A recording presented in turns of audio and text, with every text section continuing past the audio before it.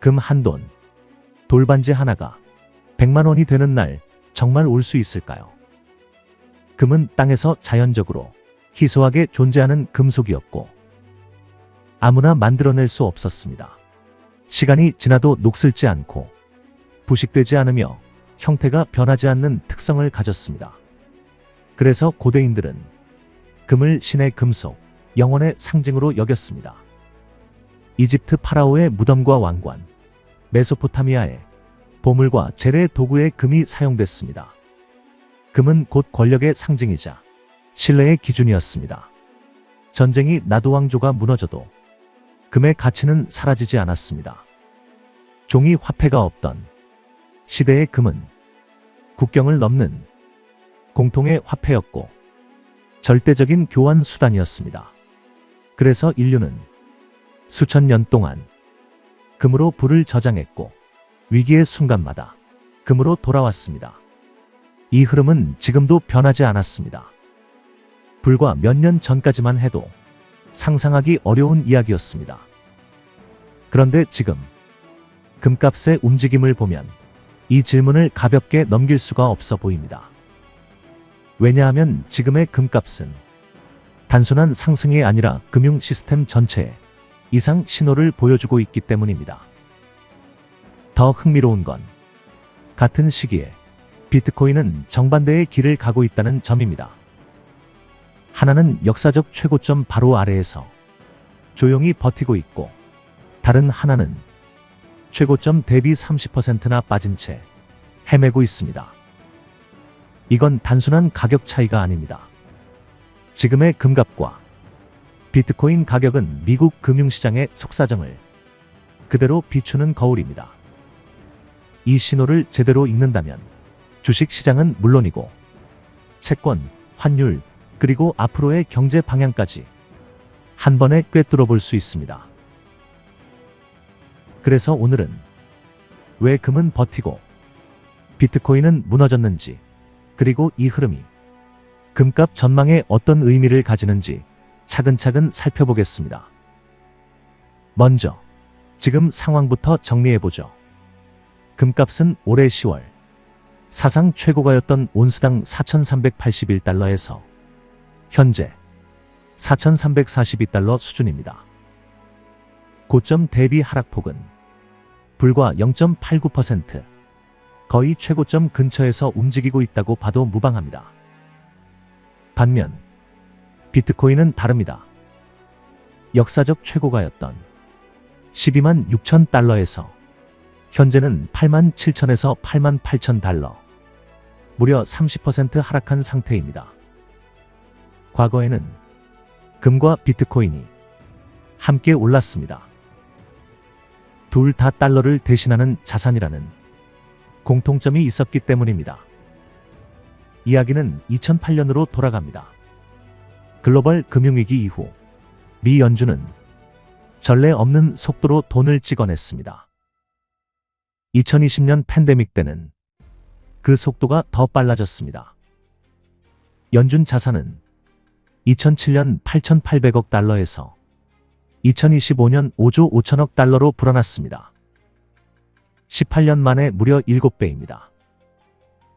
위기가 올 때마다 미국은 돈으로 덮고 돈으로 버텼습니다. 그 결과 달러의 가치는 빠른 속도로 녹아내렸습니다. 2007년 이후 미국의 누적 물가는 56%나 상승했습니다. 이런 환경에서 사람들이 가만히 있을 리 없었습니다. 달러를 들고 있으면 자산이 사라진다는 걸 모두가 체감했기 때문입니다. 그래서 주식과 금, 비트코인까지 모든 자산으로 자금이 한꺼번에 몰렸습니다. 이게 바로 에브리싱 랠리의 정체입니다. 그 결과 S&P 500은 365% 상승, 금값은 423% 상승, 나스닥은 무려 760% 상승했습니다. 비트코인은 사실상 무한대 상승이었습니다. 하지만 2021년 10월 이후 균열이 시작됩니다. 그 이후를 보면 금과 주식은 여전히 고점 근처. 하지만 비트코인만 끝내 회복하지 못했습니다. 이건 우연이 아닙니다.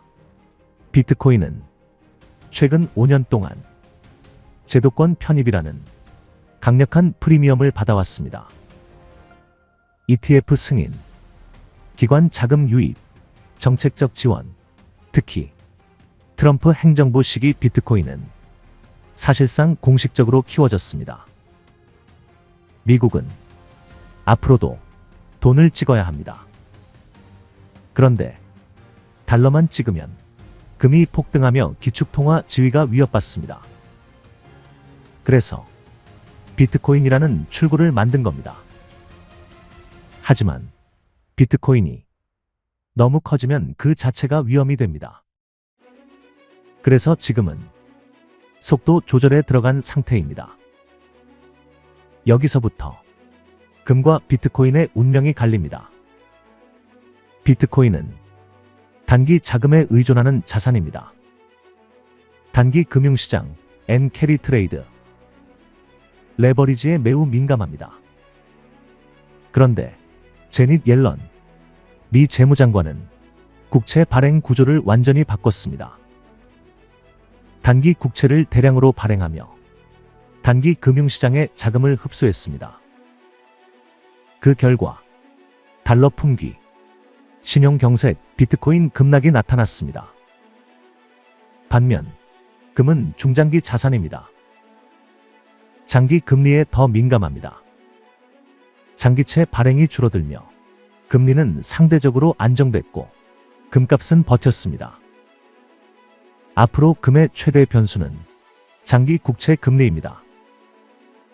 인플레이션보다 금리가 덜 오르면 금값은 상승합니다.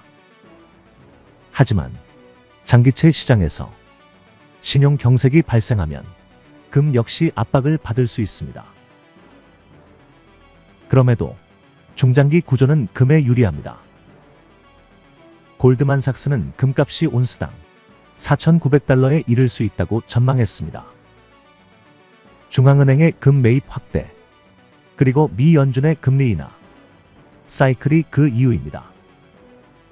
올해 금값은 연초 대비 약 60% 상승했습니다. 이제 정리해보겠습니다. 우리는 에브리싱 랠리의 시대를 이미 지나왔습니다. 앞으로는 아무거나 사도 오르는 시장이 아닙니다. 자산 간 대차별화의 시대입니다. 금은 통화 불신의 수혜자이고 비트코인은 단기 유동성의 시험대에 올라 있습니다. 그래서 시장이 불안할수록 금값을 보셔야 합니다.